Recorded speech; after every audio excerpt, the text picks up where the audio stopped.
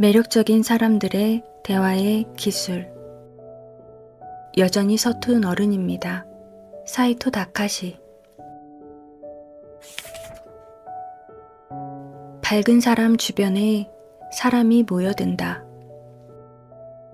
나는 기분 좋아 라는 문구를 크게 프린트한 티셔츠를 손수 제작한 적이 있다. 그만큼 항상 기분 좋게 지내는 것, 밝게 웃으며 지내는 것을 중시한다.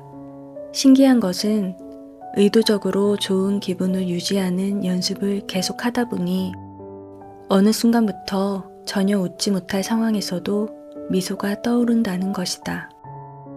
나도 막 성인이 되었을 무렵에는 아직 미숙해서 언짢은 기분으로 지낼 때가 많았다. 지금 생각해보면 당시에는 좋아하는 연구도 마음껏 할 수 있었다. 그런데도 인상을 찌푸리고 있었던 것은 인간으로서 덜 성숙했기 때문이었을 게다. 내가 만일 좀 더 밝은 사람이었더라면 친구들이 그렇게 떠나가진 않았을 것이고 지금쯤 함께 나이 들며 추억을 나눌 사람이 꽤 많았을 것이다. 다행히 이를 너무 늦게 깨닫지는 않아서 지금은 유쾌한 사람이 되려고 노력하고 그 덕분에 주변에 늘 사람들이 모여든다. 내가 좋은 사람이어서가 아니라 사람은 누구나 밝은 것을 좋아하고 따라다니게 마련이기 때문이다.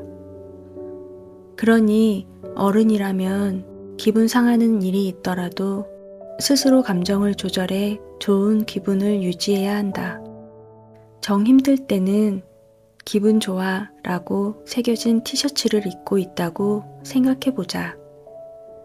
나이가 들수록 누가 내 비위를 맞춰주고 기분을 풀어주길 기다리는 대신 스스로 기분이 좋아질 방법을 찾아 나설 줄 알아야 한다. 어른에게 필요한 관계의 기술. 인간의 표정은 상당히 많은 정보를 담고 있어서 눈빛이나 말투만으로 상대가 어떻게 생각하는지 금세 알 수 있는 경우가 많다. 그런데 온라인에서 대화를 나눌 수 있는 수단이 많아지다 보니 직접 만나서 대화를 나누는 것 자체를 힘들어하는 사람이 의외로 많아졌다. 예전에는 농담이나 유머로 즐거운 분위기를 만들어 유쾌하게 대화를 이어가는 학생이 많았다. 처음 함께 모이면 누구나 어색하게 마련이므로 먼저 친해질 수 있는 계기를 만들려는 것이다. 그런데 요즘에는 그렇게 먼저 나섰다간 되레 썰렁하고 뻘쭘한 분위기를 만들기 일쑤다. 요즘 학생들은 반응이 없는 편이라 가끔 유머로 웃기려는 사람이 있으면 되게 안타까운 결과로 끝나버린다. 불필요하게 자신을 드러내기보다 적당한 선이 좋다는 분위기가 우세하기 때문이다. 어디까지나 스스로를 보호하려는 방어책이겠지만 안타까운 점은 그런 탓에 더 깊은 관계를 구축할 기회를 잃게 된다는 사실이다. 비대면 시대라고 하지만 다양한 사람들과 이리저리 부대끼며 살아가는 것의 중요성을 잊어서는 안 된다. 대인관계 기술은 많은 사람을 만나고 대화하며 자연스럽게 터득하는 것이라는 점을 기억하길 바란다. 친화력은 재능이 아닌 경험이다. 우리는 어떤 사람에게 말이 통하는 사람이라는 느낌을 받을까? 아무래도 풍부한 경험을 바탕으로 세상 돌아가는 이치와 실정을 잘 아는 사람에게 그런 느낌을 받지 않을까? 사람들과 직접 부딪히며 얻는 경험을 계속 쌓아가야 하는 이유가 여기에 있다. 노련하다는 건 경험이 풍부하다는 것과 같은 의미다. 경험을 업그레이드 할 때에는 꼭 성공 경험만 고집하진 않아도 된다. 사람을 만나 좋지 않은 경험을 쌓더라도 충분한 자양분이 될 수 있다는 뜻이다. 내일 당장 무슨 일이 벌어질지 모르는 게 인생이다. 우리는 생의 마지막 순간까지 미지의 날들을 살아가야 한다. 미지의 날들을 흔들리지 않고 살아내려면 무엇보다 변치 않는 나만의 자산, 즉 경험이 필요하다.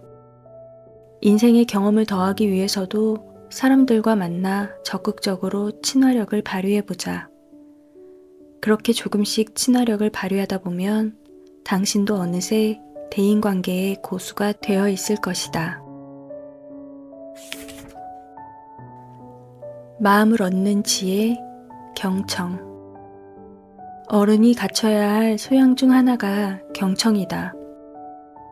그저 듣기만 하는 것이 아닌 귀 기울여 들으며 상대의 내면도 함께 이해하려고 노력함으로써 적절한 피드백까지 해주는 진정한 의미의 경청이다. 대화를 나눌 때는 모두 이야기를 하고 듣는 사람이 없으면 대화는 이루어지지 않는다. 상대방의 말은 잘 듣지 않고 자기 하고 싶은 이야기만 하는 사람은 어린아이와 다를 바가 없다. 초등학교 때 야구를 하는데 동네 형이 내가 캐쳐를 해줄게 라며 내가 던지는 공을 받아주었다. 그때의 작은 추억이 지금도 잊혀지지 않는다. 형은 나보다 야구를 훨씬 잘했는데도 어설프게 던지는 내 공을 계속 받아주었다. 내가 공을 잘 던지지 못하면 잘할 수 있다고 격려도 해주었다. 형은 내가 만난 최고의 캐쳐였다. 이야기를 잘 들어주는 사람도 캐쳐다. 좋은 캐쳐는 말하는 사람이 편안하게 말할 수 있도록 해주는 사람, 경청할 수 있는 사람이다. 사람은 때로 자기 이야기를 하고 싶은 강렬한 욕망을 느낀다. 누군가 내 이야기를 들어주기만 해도 마음속 응어리가 풀릴 것 같은 느낌에 사로잡힐 때가 있다. 이럴 때 좋은 캐쳐를 만나는 건 정말 행운이다. 어른이라면 좋은 캐쳐를 만나고 싶다는 생각만 하지 말고 자기 자신이 좋은 캐쳐가 되어줄 필요가 있다. 잘 듣는 사람이 되고 싶다면 경청을 잘하기 위해 몇 가지 질문을 준비해 두는 것이 좋다. 그렇군요. 맞습니다. 와 같은 맞장구에 그치지 말고 아, 그럼 이렇게 하라는 거군요. 라든가 그렇군요. 그럼 이거라고 보면 될까요? 와 같은 질문을 몇 가지 준비해 두면 무척 유용하다. 이런 질문은 상대가 하는 이야기를 수긍하면서 잘 듣고 있다는 것을 알려주는 역할도 할 뿐더러 상대가 이야기를 계속 이어나갈 수 있도록 격려하는 추임새 역할도 한다. 지위가 높을수록 본인의 경험치가 높은 탓에 이런저런 이야기를 많이 하려는 경향이 있다. 하지만 높은 지위에 있다 보면 막상 주변에 사람이 많지 않을 가능성이 크다. 그러다 보니 곁에 이야기를 잘 들어주는 사람이 있으면 정말 좋아한다. 이런 사람들과 대화를 나눌 때 적절하게 질문을 던지면 매우 효과적으로 이야기를 경청할 수 있다. 경험이 많은 사람과 대화할 때 경청을 잘하면 얻을 수 있는 이점도 많다. 우선 유익한 정보를 많이 들을 수 있다. 우리가 말을 하는 동안은 아무것도 배울 수 없다. 다른 사람의 이야기를 들을 때 비로소 배울 수 있다. 상대의 이야기를 경청하며 유용한 정보와 교훈도 이끌어낼 수 있으면 그야말로 일석이조가 된다. 일본의 유명 개그맨 아카시야 산마는 일본 최고의 진행자 중 한 명이라는 찬사를 듣는다. 그가 본래 개그맨이라서 그런지 전체적인 대화가 진지하게 흘러가진 않는다. 하지만 아카시야 산마는 기본적으로 대단히 훌륭한 캐쳐다. 그는 게스트가 하는 이야기를 끝까지 들어준다. 어떤 이유로 이야기 흐름이 끊어지면 남은 말을 끝까지 하도록 짚어주고 부추기기도 한다. 게스트의 이야기가 끝나면 가끔 배꼽을 잡고 웃으며 바닥을 대굴대굴 구르는 리액션을 한다. 재미있다는 피드백을 그렇게 과격한 행동으로 보여주는 것이다.